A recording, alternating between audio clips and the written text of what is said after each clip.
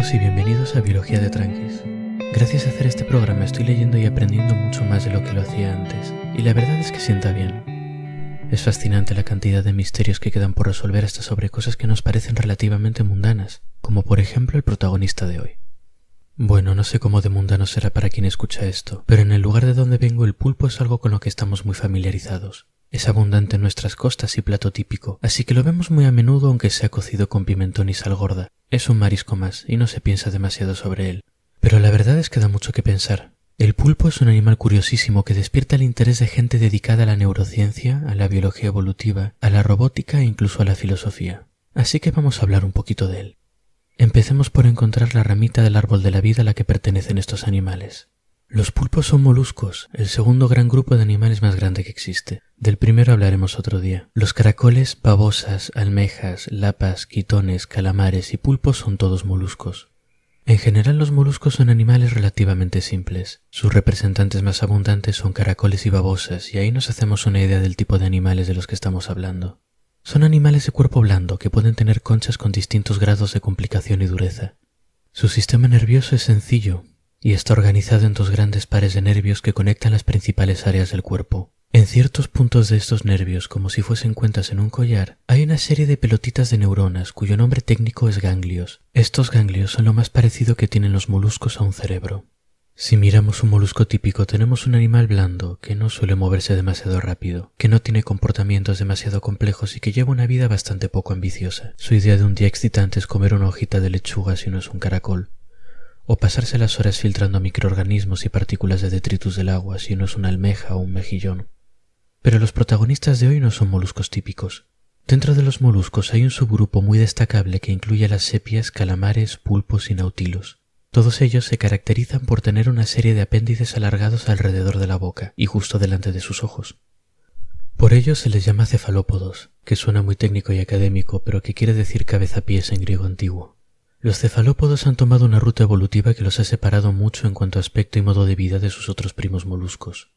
En general son depredadores y más activos que el resto de los moluscos, y se nota. Tienen, por ejemplo, un sifón que les permite expulsar agua a presión y nadar rápidamente. Tienen ojos grandes y desarrollados con forma de cámara, muy parecidos a los nuestros. Tienen además otras dos características muy notables: un sistema nervioso muy desarrollado y la capacidad de cambiar de color de forma muy rápida y precisa. Bueno, como siempre hay excepciones. Los nautilos son los representantes más primitivos de los cefalópodos, y hay fósiles muy antiguos muy parecidos a los que tenemos actualmente. Al otro extremo del espectro, los pulpos parecen ser los que tienen la tecnología más avanzada de la familia, así que por ahora nos centraremos en ellos, aunque los cefalópodos como grupo son interesantísimos y una parte muy importante de nuestros ecosistemas marinos. Pero hoy toca hablar de pulpos, y empecemos por su característica más fascinante, su sistema nervioso.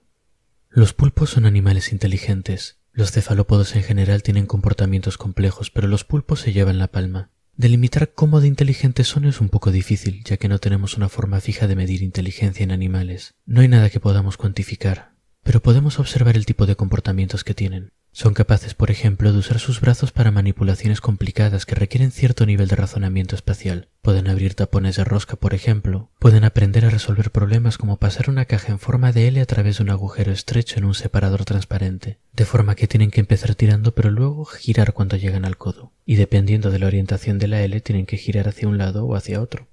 Si uno les complica el problema haciendo el separador opaco, cambiándoles constantemente la orientación de la L, etc., pueden adaptar sus estrategias para resolverlo igualmente.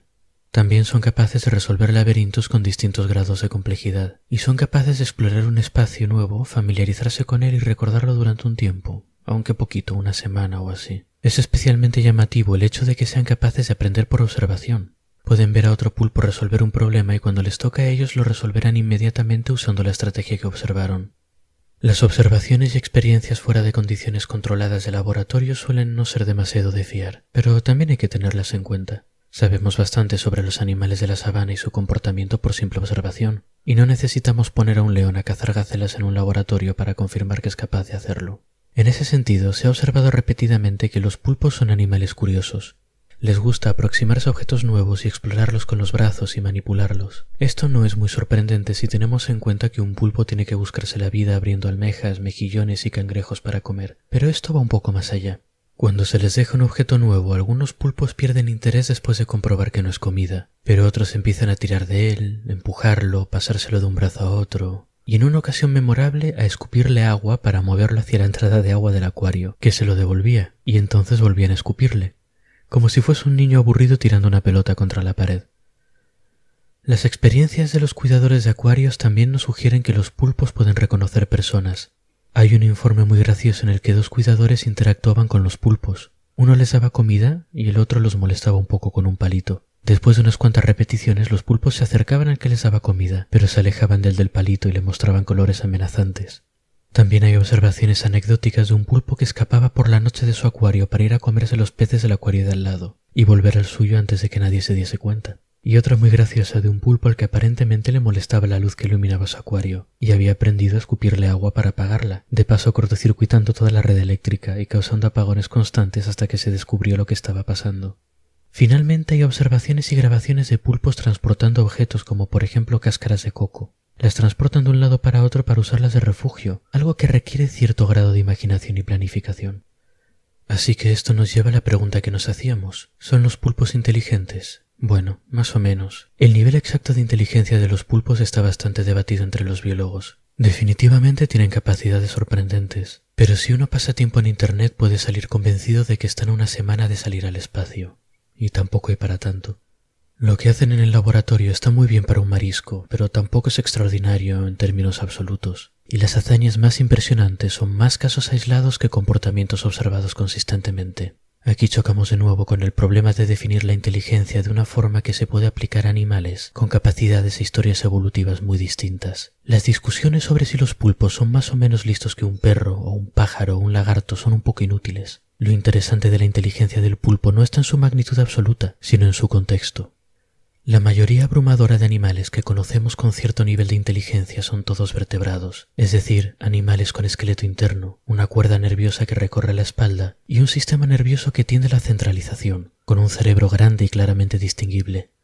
En el grupo de los vertebrados tenemos a peces, a ranas, a lagartos, a pájaros y a mamíferos. Este grupo es bastante específico, es una rama relativamente pequeña dentro del árbol de la vida, y fuera de este grupo la inteligencia como la entendemos generalmente escasea. Eso quiere decir que todos los seres vivos inteligentes que conocemos están cortados más o menos por el mismo patrón, con muchas cosas en común en cuanto a la anatomía y fisiología de sus sentidos y su sistema nervioso. Bueno, todos no. Los cefalópodos y especialmente los pulpos son una excepción. Son criaturas con un nivel de inteligencia comparable al de muchos vertebrados, pero no son vertebrados. De hecho, los moluscos y los vertebrados emprendieron caminos evolutivos separados hace más de 500 millones de años. Los planes corporales son completamente diferentes, y esto es muy obvio si les echamos un vistazo a caracoles, almejas y otros moluscos no cefalópodos, que son animales que ni siquiera tienen un cerebro propiamente dicho, sino como dijimos antes una serie de ganglios, de pelotitas de neuronas. Y cuando miramos el cerebro de un pulpo vemos efectivamente que es muy distinto al nuestro, y conserva los recuerdos de sus orígenes moluscos. Bueno, el cerebro y todo en general. Un pulpo es muy distinto de un vertebrado. Repasando rápido la anatomía. Si tomamos los dos ojos enormes del pulpo como referencia, hacia adelante tenemos la boca con un pico como el de un loro, rodeada de 8 brazos, y hacia atrás tenemos un cuerpo blando con forma de saco que contiene los órganos, las branquias y un sistema de sifones con 2 aperturas. Una le permite tomar agua y llevarla a las branquias, y otra le permite expulsarla, a veces poco a poco y otras veces con la suficiente fuerza como para impulsarlo rápidamente a través del agua. Entre esos dos ojos grandes y complejos pasa el esófago en su camino desde la boca al estómago, y alrededor de esa parte del esófago está envuelto el cerebro. El cerebro de los pulpos conserva la organización en ganglios de sus ancestros, pero estos ganglios han ido agrandando y centralizando hasta formar un anillo alrededor del esófago. Pero esa es solo una parte del cerebro. Además del anillo en torno al esófago hay también 2 grandes masas de neuronas llamadas lóbulos ópticos, una detrás de cada ojo y un poco separadas del anillo de ganglios que forma el cerebro central, por llamarlo de alguna forma. En algunas especies estos 2 lóbulos ópticos son varias veces más grandes que el cerebro central, y aunque lógicamente dada su posición tienen funciones relacionadas con la visión, también se ha demostrado que se ocupan de tareas de memoria y aprendizaje. Pero todavía no hemos acabado, y de hecho todo lo que os he descrito ahora compone algo menos de la mitad de todo el sistema nervioso del pulpo, si lo contamos en número absoluto de neuronas. La mayor parte de las neuronas en el sistema nervioso del pulpo están repartidas en una red que abarca los 8 brazos. Esto no es tan de extrañar. Cada uno de los brazos es un sistema complicado de músculos que se entrecruzan en varias direcciones y que pueden moverse de muchas formas distintas. Son mucho más difíciles de controlar que, por ejemplo, uno de nuestros brazos, que tienen articulaciones fijas en lugares específicos y que solo pueden moverse de un número limitado de formas. El brazo de un pulpo, en cambio, puede doblarse en cualquier punto del brazo y en cualquier dirección, así que con tantas posibilidades es de esperar que necesite un buen sistema de control. Además, hay que tener en cuenta que cada brazo está cubierto de un gran número de ventosas, cada una de las cuales tiene sus propios músculos, así como órganos sensibles al tacto y a sustancias químicas, un equivalente de nuestros sentidos del gusto y el olfato. Toda esta es mucha información, y coordinar 8 brazos, cada uno con todas sus posibilidades de movimiento, recibir toda la información sensorial y mandar instrucciones en respuesta es un desafío muy grande para un cerebro tamaño pulpo. Para solucionar este problema, el pulpo recurre a la descentralización. El sistema nervioso de los brazos es muy autónomo y procesa gran parte de la información que viene de los músculos y las ventosas por sí mismo. De hecho, las investigaciones que se han hecho hasta ahora de la neurobiología del pulpo no han encontrado representaciones de los brazos en el cerebro central. Esto significa que el cerebro central del pulpo no sabe exactamente la posición y postura de todos sus brazos en cada momento. Esto nos es muy extraño a los animales centralizados, que tenemos en nuestro cerebro un mapa detallado de todo nuestro cuerpo y conocemos la posición exacta de nuestros brazos y piernas, si tienen frío, calor, dolor, etc. En el caso del pulpo parece que solo le llega un resumen general de lo que está ocurriendo sin entrar demasiado en detalles minuciosos para cada brazo. De la misma forma, el cerebro central solo manda instrucciones generales hacia los brazos y elige cuáles usar para una tarea determinada. Parece que el sistema nervioso de cada brazo tiene la capacidad de moverse de forma precisa siguiendo un conjunto de programas predeterminados sin que nadie le diga nada. Por ejemplo, el conjunto de movimientos que hacen que un brazo agarre un pedazo de comida y lo lleve a la boca puede hacerse sin intervención cerebral. Es más, un brazo separado del cuerpo se puede seguir moviendo independientemente, haciendo cosas relativamente complejas como agarrar un pedazo de comida y llevarla donde debería estar la boca. De la misma forma, los brazos pueden llevar a cabo la serie de movimientos que permiten al pulpo arrastrarse por el fondo del mar sin que el cerebro central tenga que controlarlos. Basta con especificar la dirección hacia la que ir y los brazos a usar.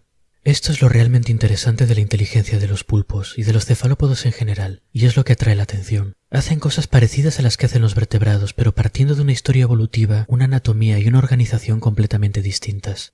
A algunos ingenieros que trabajan en robots les interesa saber cómo funciona el control nervioso de un brazo sin esqueleto, con muchas posibilidades de movimiento, y cómo puede construirse un sistema descentralizado que pueda coordinar acciones bastante complicadas sin necesidad de un núcleo principal. Algunos filósofos usan al pulpo como base para replantearse cosas que damos por supuesto sobre la mente, como el que un cuerpo necesite tener una conciencia unificada. ¿Os imagináis compartir vuestro cuerpo con un brazo que no está directamente bajo vuestro control? Sería muy extraño. Aunque nunca se revelase, uno tendría que mandar la señal mental de «ahí hay una manzana, agárrala y acércala a la boca», y ver cómo el brazo se acercaba, tanteaba y agarraba la manzana, como si el brazo fuese de otra persona. Algunos neurocientíficos también encuentran interesante el cerebro del pulpo, y no solo por el tema de los brazos. Tenemos un cerebro que ha evolucionado de forma separada al de vertebrados durante cientos de millones de años, pero ha alcanzado una complejidad similar. Es la cosa más parecida que tenemos a una mente alienígena. Y sin embargo, los pulpos hacen muchas cosas que también hacemos los vertebrados. Resuelven problemas, reconocen presas y depredadores, tienen memoria, pueden aprender, etc. ¿Cómo lo hacen? ¿Cómo están organizadas sus neuronas? Ver cómo cerebros completamente distintos intentan resolver los mismos problemas es algo que nos puede ayudar a entender mejor cómo se procesa la información en el cerebro. ¿Hay distintas formas de, por ejemplo, almacenar memoria? ¿O vamos a encontrar patrones muy parecidos en vertebrados y pulpos porque solo hay una buena forma de hacerlo? ¿Es posible que haya ciertos mecanismos y estructuras tan antiguos que han conservado funciones parecidas desde los tiempos del ancestro común de vertebrados y moluscos? Responder este tipo de preguntas podría enseñarnos mucho sobre los principios básicos del funcionamiento del cerebro, tanto de los pulpos como el nuestro. Y desde el punto de vista de la biología evolutiva hay una pregunta que llama la atención. ¿Por qué el pulpo tiene su cerebro? Un cerebro es un capricho muy caro, así que imaginaos dos. Las neuronas no crecen en los árboles. Son caras de crear y caras de mantener, así que un cerebro tiene que aumentar mucho tus posibilidades de supervivencia, o de encontrar comida, o de reproducirte y preferiblemente las tres. Normalmente cuando encontramos un animal que es más inteligente que la media de su grupo, nos encontramos con animales de vidas relativamente largas, cuyas crías tienen la oportunidad de aprender de sus padres, y que viven en grupos en los que tienen que relacionarse repetidamente con otros animales de su especie. Pero los pulpos no son así. Ponen huevos en grupos de decenas de miles, y la madre solo cuida los huevos hasta que eclosionan. Una vez salen del huevo, los pequeños pulpitos se dispersan y flotan cerca de la superficie del agua, junto con otro montón de microorganismos, algas y diminutas crías de otros animales. Muchos mueren, pero los que sobreviven se establecen en el fondo del mar cuando tienen el tamaño suficiente. Viven como mucho un par de años, si tienen suerte se reproducen y mueren poco después. Ni son sociables ni viven el suficiente tiempo como para aprender demasiado. Así que, ¿cuál es la razón detrás de este cerebro?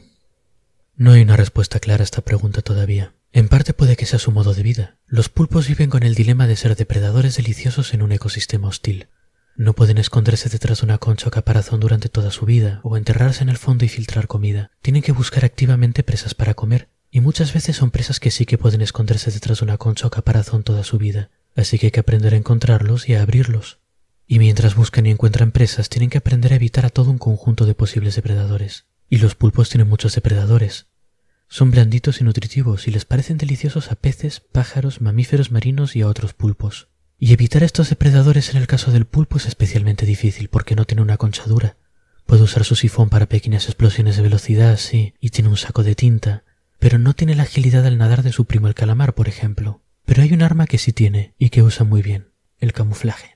Los pulpos son capaces de cambiar el color y la textura de su piel de forma casi inmediata y con mucha flexibilidad. Os dejaré en la descripción unas fotos de un pulpo camuflándose para que lo veáis porque es muy impresionante. También son capaces de otras hazañas de camuflaje como imitar el color, forma y movimiento de otros animales como serpientes marinas o peces planos. Hace falta cierto nivel de inteligencia o al menos de flexibilidad de comportamiento para saber usar el camuflaje de forma efectiva, para saber a qué depredadores se puede engañar o de cuáles es mejor escaparse o intentar asustarlos. Hace falta cierta inteligencia o al menos cierto poder de procesamiento de información para registrar el color, patrón y textura del medio ambiente e imitarlos. Hace falta también cierto nivel de inteligencia y capacidad de observación para poder ver otro animal e imitarlo copiando incluso la forma de moverse.